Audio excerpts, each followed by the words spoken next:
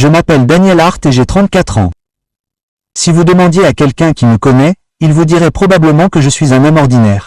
Je travaille, je paye mes factures, j'essaie de prendre soin de ma famille du mieux que je peux. Rien dans ma vie ne m'a jamais semblé dramatique ou spécial. Je n'aurais jamais pensé que mon histoire inclurait un jour la mort et une rencontre qui changerait tout ce que je croyais. Je n'ai pas été élevé dans un environnement profondément religieux. Ma famille croyait en Dieu, mais nous n'étions pas du genre à prier ensemble tous les soirs. La vie était bien remplie. Mes parents travaillaient de longues heures et la foi était quelque chose dont nous parlions uniquement pendant les vacances ou les moments difficiles. Je respectais Dieu, mais je ne comprenais pas grand-chose aux choses spirituelles. La plupart du temps, j'essayais simplement de survivre au quotidien. En vieillissant, la pression s'est accumulée silencieusement autour de moi. L'épuisement au travail, les difficultés personnelles et les responsabilités se sont accumulées plus vite que je ne pouvais le gérer. Je n'arrêtais pas de me dire que j'allais bien, mais à l'intérieur, j'étais plus stressé que je ne l'admettais. Je ne priais que lorsque je me sentais dépassé. Et pour être honnête, je priais n'importe où, sur mon téléphone, marchant sur le parking, assis à des endroits où je ne devrais pas être, même dans des moments où mon cœur n'était pas préparé. Je n'aurais jamais imaginé que ces choix avaient de l'importance. Je n'aurais jamais imaginé que l'endroit où je priais pouvait avoir une incidence sur le fait que le ciel m'entende ou non. Le jour de ma mort a commencé comme une matinée normale. Je me suis réveillé avec une douleur sourde dans la poitrine, quelque chose qui se produisait depuis des semaines. Je l'ai ignoré, pensant que c'était du stress ou un manque de sommeil. Je suis allé au travail comme d'habitude, bien que la douleur devienne plus vive d'heure en heure. En début d'après-midi, j'ai eu l'impression que quelqu'un pressait une lourde pierre contre mes côtes. Je me souviens avoir agrippé le bord de mon bureau, essayant de calmer ma respiration. Quand j'ai finalement décidé de rentrer chez moi, je pouvais à peine me tenir debout. Le trajet entre ma voiture et mon appartement m'a semblé interminable. Ma vision devenait de plus en plus floue et mes jambes tremblaient. J'ai réussi à déverrouiller la porte, mais dès que je suis entré, tout s'est effondré. Ma force, mon équilibre, mon rythme cardiaque. Je suis tombé au sol avec un choc qui m'a coupé le souffle. J'ai tenté d'appeler à l'aide, mais seul un léger murmure est sorti de mes lèvres. Ma poitrine s'est serrée si violemment que j'ai eu l'impression que mes poumons étaient écrasés de l'intérieur. La pièce a tourné, mon rythme cardiaque a ralenti, puis s'est arrêté, puis s'est estompé dans un silence terrifiant. Dans ces derniers instants, j'ai été pleinement consciente de ce qui m'arrivait. J'ai senti mon corps s'éteindre. J'ai senti la chaleur quitter mes mains. J'ai senti le monde s'assombrir comme si quelqu'un baissait les lumières. Et puis tout s'est arrêté. Ma respiration, mon rythme cardiaque, mon poids, tout. Je n'étais plus à l'intérieur de mon corps. J'étais au-dessus, me regardant allongé sur le sol. Une attraction, douce mais puissante, m'a éloigné du monde que je connaissais. Et c'est à ce moment-là que j'ai commencé le voyage qui m'a conduit à Jésus et à la révélation choquante des 4 endroits où il ne faut jamais prier. Au moment où mon cœur s'est arrêté, tout autour de moi s'est figé. Il n'y avait plus aucun son, aucun mouvement, aucun poids dans mon corps. J'avais l'impression que quelqu'un avait mis le monde entier en pause. Je m'attendais à l'obscurité, mais cela ne s'est pas produit. Au lieu de cela, je me suis retrouvé en train de planer à quelques centimètres au-dessus de mon propre corps, le regardant avec un étrange mélange de choc et de calme. C'était troublant de me voir allongé si immobile. Mais ce qui m'a le plus effrayé, c'est de réaliser que je ne pouvais pas ressentir la panique qui aurait dû être là.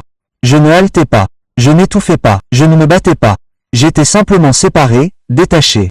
Une conscience tranquille s'est installée en moi et j'ai su, sans que personne ne me le dise, que j'étais morte.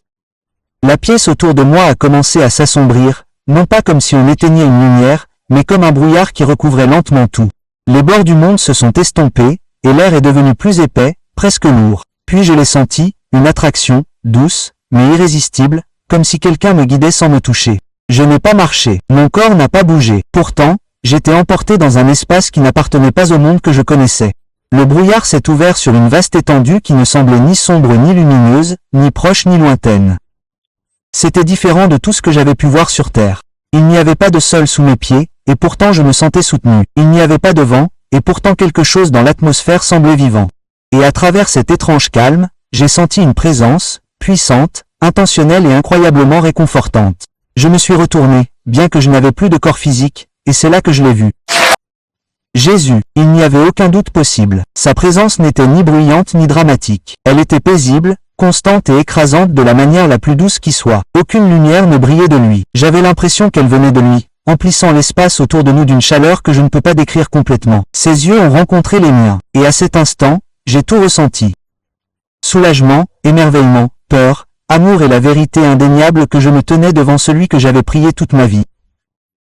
Il a prononcé mon nom, ni fort, ni doucement, mais d'une manière qui a atteint le plus profond de moi. Et quand il a dit, « Il y a des choses que tu dois comprendre », j'ai su qu'il allait me montrer quelque chose qui allait tout changer. Ce n'était que le début de ce qu'il allait révéler. Quand Jésus a appelé mon nom, l'atmosphère autour de nous a changé. L'espace dans lequel nous nous trouvions a ondulé comme si la réalité elle-même lui répondait. Il a légèrement levé la main et l'environnement s'est dissous, laissant place à une scène qui m'a fait chavirer le cœur. Je me suis retrouvé dans une rue bondée, remplie de panneaux clignotants, de musique forte et de gens sortant en titubant des bars. L'air était lourd, chargé d'une sorte de pollution spirituelle que je n'avais jamais remarquée de mon vivant. Aucun d'eux ne m'a vu. Mais Jésus se tenait à côté de moi, pleinement conscient de tout ce qui se passait. Il m'a regardé, non pas avec colère, mais avec une profonde tristesse. « Daniel, a-t-il dit, c'est le premier endroit où beaucoup prient et ne réalisent pas que leurs prières ne peuvent pas s'élever. » Avant que je puisse parler, Jésus a tendu la main vers la rue. La scène s'est ralentie comme si j'observais un moment étiré dans le temps. Les gens riaient, juraient, flirtaient, se disputaient. Tout semblait normal en surface, mais en y regardant de plus près, j'ai vu autre chose. Des ombres se déplaçaient à côté de certaines personnes, s'accrochant à elles, leur chuchotant à l'oreille. Ce n'étaient pas des ombres humaines, elles étaient plus sombres que les ténèbres elles-mêmes. Jésus a continué, c'est le lieu de la contamination, un endroit où l'atmosphère est remplie d'actions et d'intentions qui s'opposent à mon esprit. Aucune prière offerte au milieu de tout cela ne peut apporter la pureté. Le cœur peut crier, mais l'environnement étouffe le cri. Pendant qu'il parlait, je me suis souvenu d'une nuit quelques mois avant ma mort. J'étais entré dans un bar par frustration, non pas pour boire beaucoup, mais simplement parce que je n'avais nulle part où aller pour me vider l'esprit. Je me suis assis dans un coin, submergé par le stress, et j'ai murmuré une prière précipitée, demandant à Dieu de m'accorder la paix. J'ai vu ce souvenir apparaître devant moi comme une projection. J'étais là, la tête baissée, les mains tremblant légèrement, chuchotant des mots dans le bruit. « Regarde », a dit Jésus. Le souvenir s'est agrandi au moment où j'ai prié. Dès que les mots ont quitté mes lèvres, quelque chose d'horrible s'est produit. Au lieu de s'élever comme je l'avais prévu, les mots n'ont pas bougé du tout. Ils sont restés bas, planant à quelques centimètres seulement au-dessus de moi, emprisonnés comme de la fumée dans une pièce scellée. Puis les ombres autour de la pièce ont tourbillonné et se sont pressées contre ma prière jusqu'à ce qu'elle se dissolve. Je me suis senti mal. Pendant tout ce temps, j'avais pensé que Dieu ne m'entendait pas. Mais en vérité, ma prière n'a même pas quitté le sol. Jésus a parlé à nouveau, sa voix ferme et compatissante.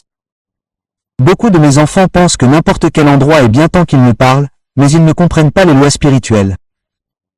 Chaque environnement porte une voix. Chaque atmosphère a un dirigeant. Lorsque vous priez dans des lieux voués au péché, à la rébellion ou à la corruption spirituelle, vous entrez dans un territoire qui lutte contre vos paroles. Il a doucement touché mon épaule, me laissant le poids de ses paroles s'imprégner. Votre cœur compte pour moi, mais l'endroit où vous choisissez d'y mettre votre cœur compte aussi. La scène a de nouveau changé, montrant cette fois des personnes en train de prier entourées d'ivrognerie, d'immoralité et de violence. Leurs prières planaient comme les miennes, sans s'élever ni disparaître, suffoquant simplement dans l'air pollué. Je regardais Jésus, la voix tremblante. Je ne savais pas. Je ne savais vraiment pas. Il acquiesça. C'est pourquoi je te montre ça maintenant, non pas pour te faire honte, mais pour exposer ce que l'ennemi cache. Puis il dit quelque chose qui me secoua profondément. Daniel, la plus grande stratégie de Satan n'est pas d'empêcher les gens de prier. Elle est de les distraire pour qu'ils prient dans des endroits où leurs prières ne peuvent pas respirer. Je sentis ces mots brûler dans mon esprit. Jésus s'avança et la scène se dissipa une fois de plus. Mais je n'étais plus le même. Je comprenais maintenant le poids et le danger de prier dans des endroits contaminés, des endroits où le ciel est étouffé et où l'obscurité prend le dessus. Ce n'était que le premier endroit. Il y en avait 3 autres, chacun plus choquant que le précédent. Alors que la première vision s'estompait, l'atmosphère autour de nous changea à nouveau. Je m'attendais à ce que Jésus me montre un autre endroit sombre rempli de péchés évidents. Mais ce qu'il révéla ensuite était bien plus subtil et bien plus dangereux. Nous nous retrouvâmes soudain dans un petit appartement. Ni sale, ni pécheur, ni hostile, juste ordinaire. Des vêtements sur une chaise, une télé allumée en fond sonore, un téléphone qui bourdonne sur la table, une musique douce diffusée par un haut-parleur, un espace de vie tout à fait normal. Mais dès que j'y suis entré, j'ai ressenti quelque chose d'étrange, une lourdeur. Pas dû au mal, mais à un bruit sans fin. Pas le genre de bruit que l'on entend avec ses oreilles. Un bruit qui attire votre esprit, votre attention, votre concentration. Jésus a regardé autour de la pièce et a dit, « C'est le deuxième endroit où beaucoup prient. Mais leur cœur ne m'atteigne jamais. » Au début, je n'ai pas compris. Ce n'était pas un bar ou un endroit pêcheur. C'était une maison, un espace sûr. Puis la vision a changé.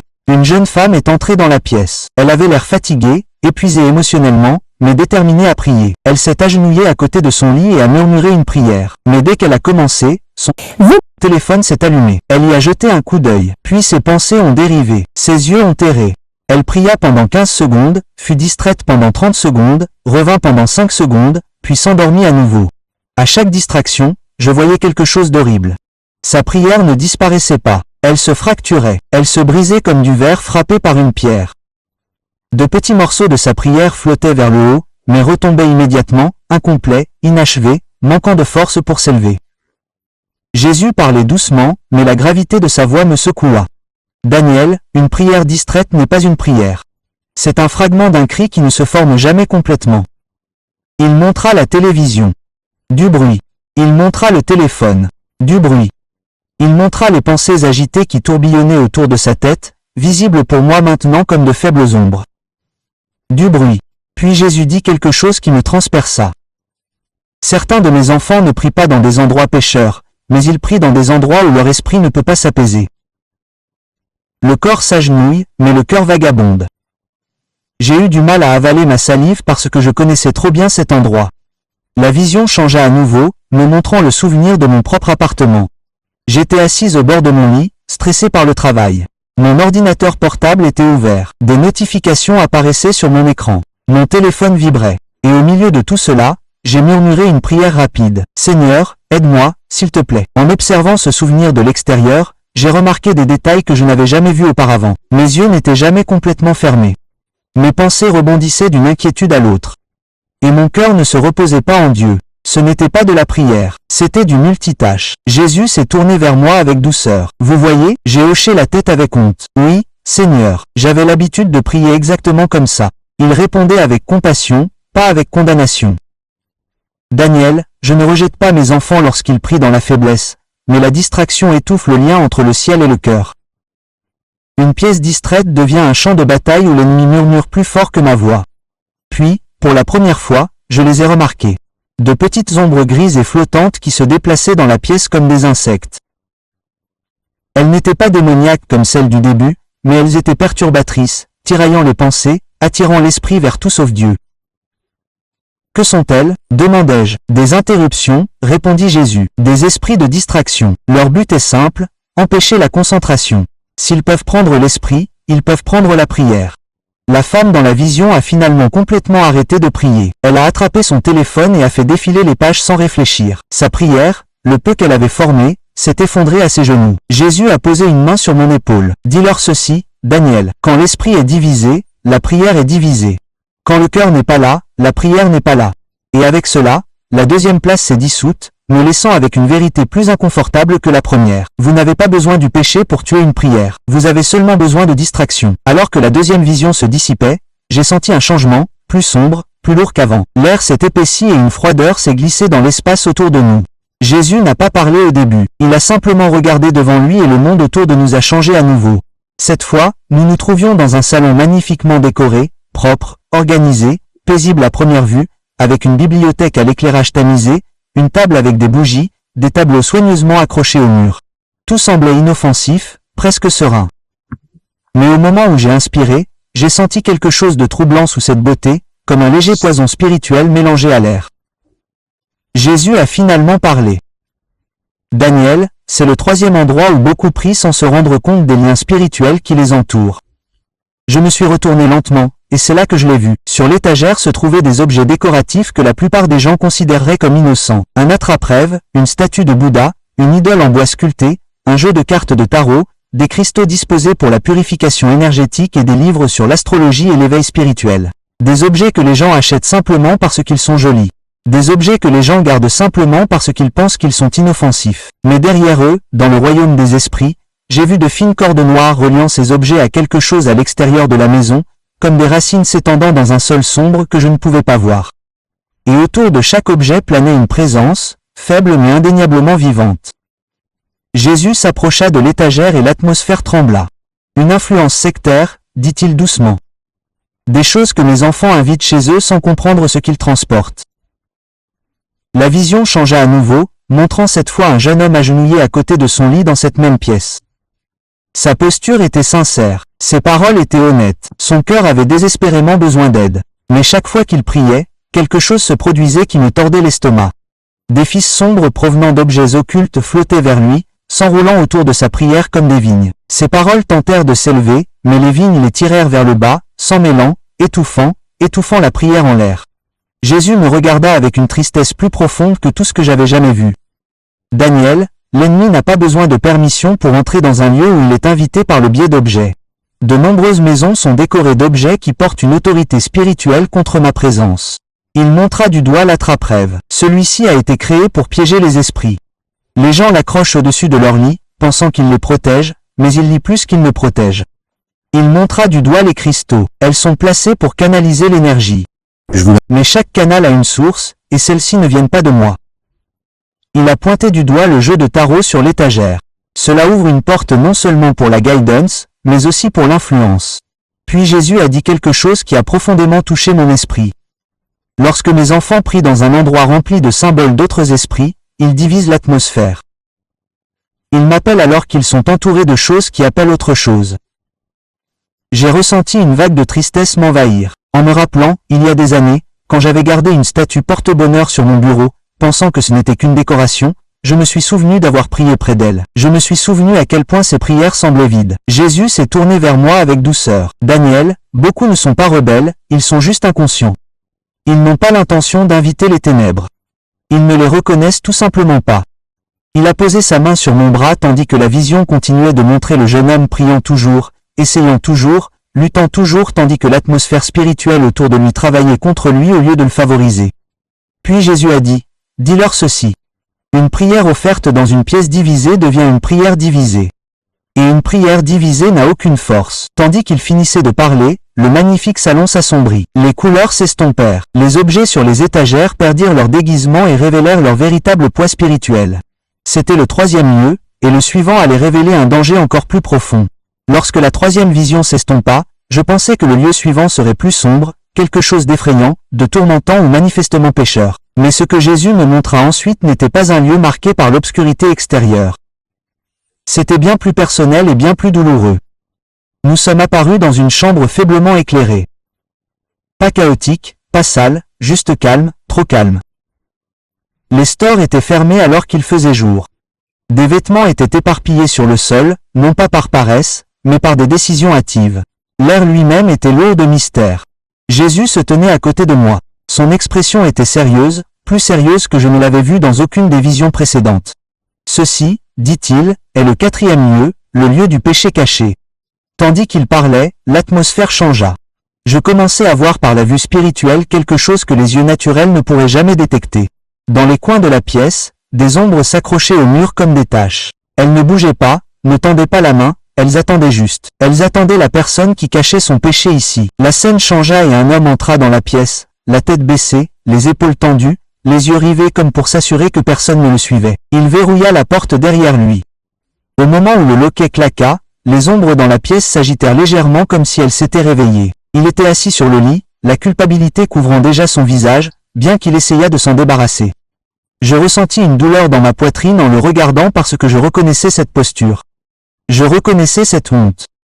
Tant de croyants le feraient. L'homme sortit son téléphone. Je ne vis pas l'écran, mais je n'en avais pas besoin. Le royaume spirituel réagit instantanément. Les ombres rampèrent le long des murs et se rapprochèrent de lui, se nourrissant du secret. L'atmosphère s'épaissit d'une sorte de lourdeur suffocante. Puis, au bout de plusieurs minutes, l'homme éteignit brusquement le téléphone. Le regret le frappa comme une vague. Il se couvrit le visage des deux mains en murmurant « Seigneur, je suis désolé. Pardonne-moi, s'il te plaît, pardonne-moi. » Il commença à prier. Mais au moment où il le fit, quelque chose de déchirant se produisit. Sa prière essaya de s'élever. Mais dès qu'elle s'éleva, même légèrement, les ombres s'enroulèrent autour d'elle comme des chaînes. Elle ne pouvait pas s'élever. Elle ne pouvait pas se libérer. Elle était piégée dans l'espace même où le péché avait été commis. Je regardais, impuissante, sa prière s'effondrer, tombant sur le sol comme de la poussière. « Seigneur, murmurai-je, bouleversé. Pourquoi sa prière ne peut-elle pas s'élever ?» Jésus répondit avec une douleur qui me secoua. Parce qu'il prie au même endroit où il retourne à sa faiblesse. Un endroit qu'il a marqué comme privé pour le péché devient un endroit où son esprit est blessé. J'avalais difficilement ma salive tandis que Jésus continuait, « Beaucoup de mes enfants luttent. Je ne les condamne pas pour leur combat. Je ne les rejette pas, mais une pièce où le péché est caché devient une pièce où règne la culpabilité, et la culpabilité fait taire l'audace de la prière. » Il s'approcha de l'homme, bien que celui-ci ne puisse pas le voir. « La prière exige de l'honnêteté, dit doucement Jésus. Mais le péché caché crée une double vie. Une que le monde voit et une que moi seul vois. Et lorsque quelqu'un essaie de prier dans l'espace même où il cache son péché, son esprit se souvient du secret. Et sa prière perd de sa force. Soudain, j'ai vu quelque chose d'encore plus tragique. Chaque fois que l'homme murmurait, « Dieu, aide-moi », un murmure venant de l'ombre répondait, déformant ses pensées. « Tu as encore échoué. Dieu n'écoutera pas. Tu es sale. Tu n'es pas digne. » Ces murmures ne venaient pas de Dieu. Ils venaient du résidu spirituel du péché caché dans cette pièce. L'homme ne luttait pas seulement contre la tentation. Il luttait contre une atmosphère qu'il avait lui-même laissé se former. Jésus posa sa main sur mon épaule. « Daniel, dis-leur ceci. Je pardonnerai toujours à ceux qui se repentent, mais ils doivent quitter le lieu du péché pour trouver leur liberté. Bouge, change d'endroit, sors du coin où l'ennemi parle de honte, continua-t-il. Lorsqu'il change de lieu, il brise le schéma. Lorsqu'il brise le schéma, la honte perd sa voix, et c'est seulement alors que leur prière peut s'élever. » La pièce autour de nous commença à s'estomper, mais ces dernières paroles restèrent en moi comme un feu dans mes os. Le péché caché fait taire la voix de la prière. Apportez-le à la lumière et les cieux s'ouvriront. C'était le 4e lieu, le plus intime, celui dont peu de gens parlent. Et maintenant, il les avait tous révélés. Lorsque la 4e vision se dissipa, l'atmosphère autour de nous devint calme, si calme qu'on avait l'impression que le temps lui-même retenait son souffle. Jésus se tenait à côté de moi dans la vaste étendue tranquille entre le spirituel et le terrestre. Je sentais le poids de tout ce qu'il m'avait montré peser doucement mais indéniablement sur mon cœur. Les 4 lieux, le lieu pollué, le lieu de distraction, le lieu d'influence occulte, le lieu du péché caché. Chacun d'eux était comme un miroir, révélant non seulement les échecs des autres, mais aussi les trébuchements que j'avais subis. Jésus me regarda, et la compassion dans ses yeux fit frémir mes genoux. Il n'y avait en lui ni colère, ni déception, seulement de l'amour, un amour plus profond que tout ce que j'avais pu expérimenter sur terre. « Daniel, dit-il doucement. Beaucoup ne comprennent pas l'environnement spirituel qui les entoure. Ils pensent que la prière ne se dit qu'avec la bouche. Mais la vraie prière est insufflée par l'esprit. Ces paroles se sont installées en moi comme des graines, prenant racine instantanément. Il a poursuivi. L'ennemi ne peut pas empêcher quelqu'un de prier, mais il peut influencer les lieux où il prie. Et s'il contrôle l'atmosphère, il peut faire obstacle à la voix qui essaie de m'atteindre. J'ai ressenti une pointe de conviction en me rappelant les années où j'avais prié n'importe où, n'importe comment, sans comprendre le poids de l'environnement spirituel.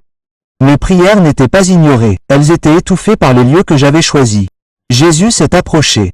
Je ne vous révèle pas cela pour vous effrayer, mais pour vous préparer. Mon peuple périt parce qu'il manque de connaissance. Et la connaissance que je vous donne est destinée à les élever, pas à les accabler. J'ai hoché la tête, la voix tremblante. Seigneur, comment leur dire? Comment les avertir sans les accabler? Jésus sourit doucement, et j'eus l'impression que tout le royaume s'illuminait. Tu leur raconteras ce que tu as vécu. Tu parleras en témoin, pas en juge. Les gens écoutent ceux qui parlent par expérience, pas par orgueil.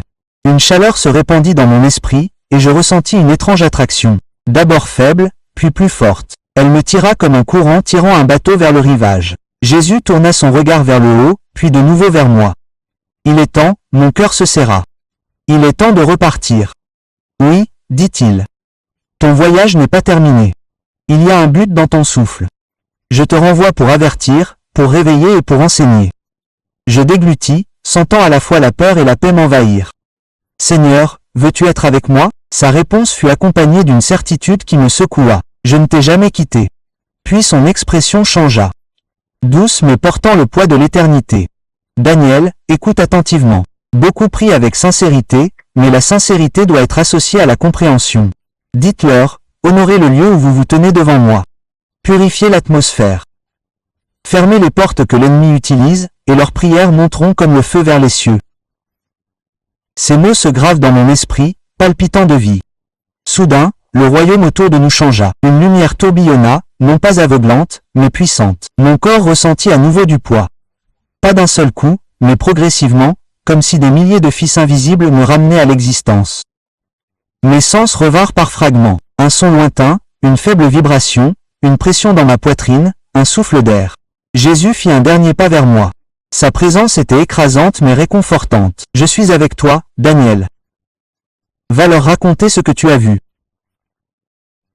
Et avec cela, la lumière jaillit et tout disparut. Je tombais, non pas vers le bas comme si je tombais d'une hauteur, mais vers l'intérieur, dans quelque chose de serré, de lourd et de douloureusement familier. Mon corps terrestre. Je haletais tandis que le souffle déchirait mes poumons comme une tempête. Mon cœur cognait contre mes côtes. Des voix criaient autour de moi, floues mais frénétiques. Des mains m'ont attrapé les épaules. La lumière a inondé mes yeux. J'étais revenu et le message qu'il m'avait donné brûlait en moi comme un feu. Quand je suis revenu dans mon corps, tout semblait anormal au début. Trop fort, trop lumineux, trop lourd. Le poids de la chair, la piqûre de l'oxygène, les battements de mon cœur. C'était accablant. J'ai entendu les infirmières crier, les machines biper et quelqu'un pleurer. Plus tard, j'ai appris que c'était un membre de ma famille qui pensait m'avoir perdu. Mais sous tout ce bruit, une chose était plus forte que tout le reste. Le message que Jésus avait placé en moi. Pendant des jours après ma guérison, j'ai eu du mal à dormir. Pas par peur, mais parce que les choses que j'avais vues, les endroits qu'il m'avait montrés et les mots qu'il avait prononcés tournaient en boucle dans mon esprit comme un feu qui refusait de s'éteindre. Je savais que je n'avais pas été ramené juste pour continuer à vivre comme avant. Quelque chose en moi avait changé de façon permanente. Jésus ne m'avait pas seulement sauvé, il m'avait chargé de mission. Et cette prise de conscience s'est accompagnée d'un poids que je n'avais jamais ressenti auparavant. Chaque fois que j'essayais de reprendre ma routine normale, les souvenirs refont surface. Les prières fragmentées dans des pièces remplies de bruit, les prières étouffées dans des endroits contaminés, les prières enchevêtrées liées par des objets occultes et les prières écrasées dans des pièces où le péché était caché. Je pouvais encore entendre la voix de Jésus résonner dans mon esprit. Racontez-leur comme vous l'avez vécu. Je savais que ce n'était pas juste une suggestion, c'était une mission. J'ai donc commencé à parler doucement au début, juste à quelques amis proches, puis à un petit groupe à l'église, puis à d'autres personnes qui ont demandé à entendre mon histoire. Et à chaque mot que je partageais, je réalisais quelque chose de déchirant. La plupart des gens n'avaient aucune idée que l'endroit où ils priaient avait de l'importance. Aucune idée que leur environnement spirituel affectait la force de leurs prières. Aucune idée qu'ils créaient sans le savoir des atmosphères où l'ennemi murmurait plus fort que le ciel. Les gens n'étaient pas rebelles. Ils n'étaient pas conscients. Ils ne rejetaient pas Dieu. Ils se noyaient dans des environnements qu'ils n'avaient jamais examinés. Plus je parlais, plus je comprenais pourquoi Jésus m'avait renvoyé. Ce n'était pas parce que j'étais spécial. Ce n'était pas parce que j'étais sainte. C'était parce que j'avais vécu les erreurs mêmes qu'il avait révélées. J'étais la personne qui priait au mauvais endroit. J'étais la personne qui se demandait pourquoi le ciel était silencieux. J'étais la personne piégée dans des schémas que je ne comprenais pas. Maintenant, il me demandait de briser ce silence pour les autres. Ma mission est devenue claire. Avertir, enseigner et ouvrir les yeux de ceux qui prient sincèrement mais souffrent spirituellement à cause de l'atmosphère invisible qui les entoure. Je raconte cette histoire non pas pour effrayer qui que ce soit, mais pour les libérer, car Jésus ne m'a pas seulement montré le danger, il m'a montré la voie à suivre. Me réveiller après la mort est quelque chose que j'ai encore du mal à décrire. Mon corps ne m'était pas familier, comme si je remettais des vêtements qui ne m'allaient plus. Ma poitrine me faisait mal, mes membres étaient lourds. Et chaque respiration me rappelait que j'étais allé quelque part où aucune force humaine ne pourrait jamais m'emmener. Mais le plus grand changement n'était pas physique. Il était dans mon esprit. Je ne pouvais plus voir la vie de la même manière. Je ne pouvais plus prier de la même manière. Je ne pouvais pas entrer dans une pièce sans ressentir son atmosphère. Chaque endroit me semblait différent désormais. Certains étaient légers, d'autres lourds, certains silencieux, d'autres vivants. J'ai pris conscience de choses que j'avais l'habitude d'ignorer. Le poids des objets, le bruit des distractions, les résidus d'erreurs passées, la différence entre un endroit propre et un endroit contaminé. Mais plus que tout, j'ai pris conscience de la présence de Dieu d'une manière que je n'avais jamais connue auparavant. J'ai commencé à reconstruire ma vie avec intention. J'ai retiré des objets que je pensais autrefois inoffensifs. J'ai nettoyé l'atmosphère de ma maison. J'ai aménagé un lieu sacré pour la prière, pur, calme, dédié. Et à chaque changement, j'ai senti quelque chose s'ouvrir en moi. Comme des portes dont j'ignorais l'existence. Mes prières ont gagné en clarté. Mon cœur a gagné en paix. Mon esprit a gagné en silence. Et une vérité est devenue plus claire que tout ce que Jésus m'a montré. La prière ne consiste pas seulement à parler. Il s'agit de savoir où se trouve votre esprit lorsque vous parlez. J'ai été ramené pour une raison. Et maintenant, chaque respiration que je prends me rappelle la mission qu'il a placée entre mes mains. Avertir, enseigner, éveiller et aider les autres à prier là où le ciel peut entendre.